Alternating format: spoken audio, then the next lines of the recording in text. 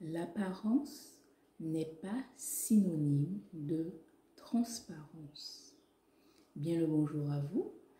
Oui, c'est vrai que dans la Bible, bien souvent, nous voyons qu'il y a des hommes qui se sont laissés guider par l'apparence.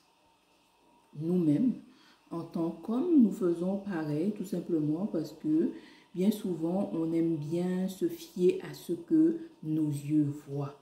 On aime bien se fier aux apparences. C'est une manière, c'est normal, c'est normal un peu chez tout homme, chez toute femme.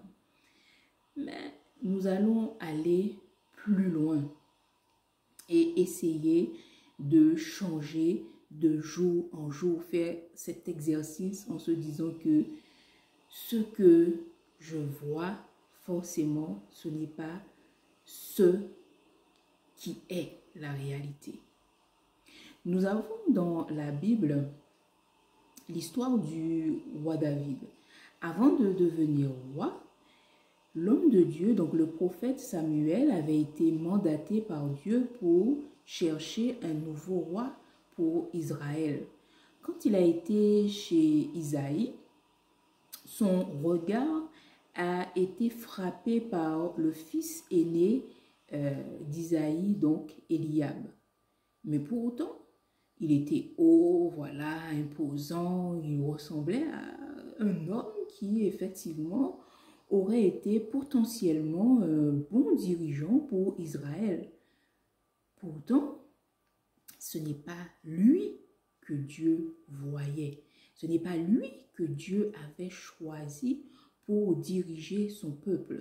Donc comme ça, il a fait l'inventaire des fils d'Isaïe et puis finalement, toujours l'Esprit de Dieu lui dit non, non, non, non, c'est pas celui-là. Donc il dit à Isaïe, mais tu n'as pas un autre fils?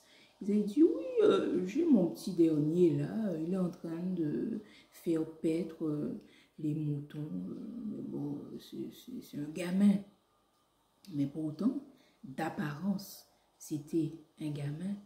Mais Dieu l'avait choisi et Dieu l'a oint de son esprit afin de diriger le peuple, afin d'amener le peuple à la victoire, afin de vaincre Goliath.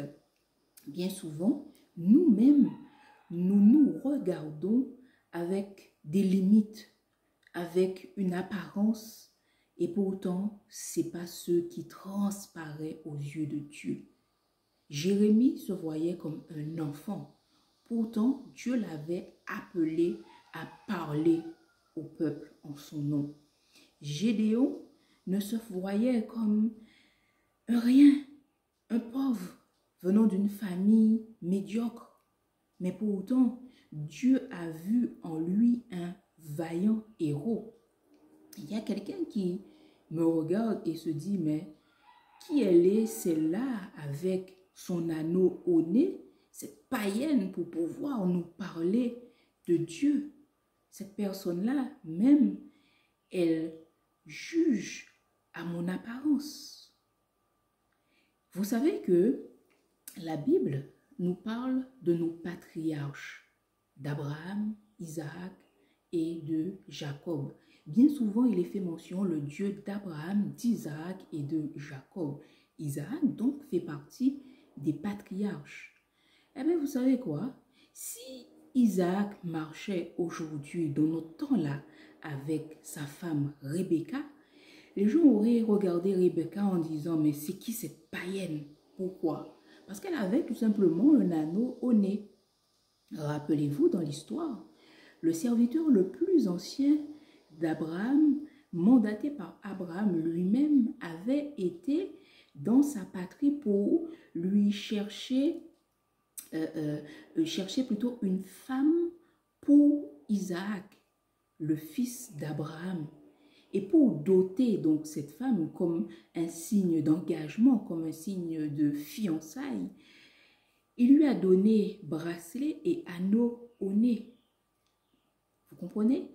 Donc aujourd'hui, vous voyez quelqu'un passer dans la rue, vous jugez à l'apparence, et bien souvent vous allez pour essayer de lui parler de Dieu en se disant de toute façon, vu son apparence, c'est quelqu'un qui ne connaît pas Dieu. Loin de là. Dieu, il est celui qui juge selon le cœur et non pas selon l'apparence. Donc, ne nous fions pas à l'apparence des hommes et ne nous fions même pas à notre propre apparence, ce que nous voyons de nous-mêmes, car Dieu voit au-delà de nos yeux, il voit dans nos cœurs et il sait d'avance ce qu'il fera de nous. Donc, je vous dis à bientôt.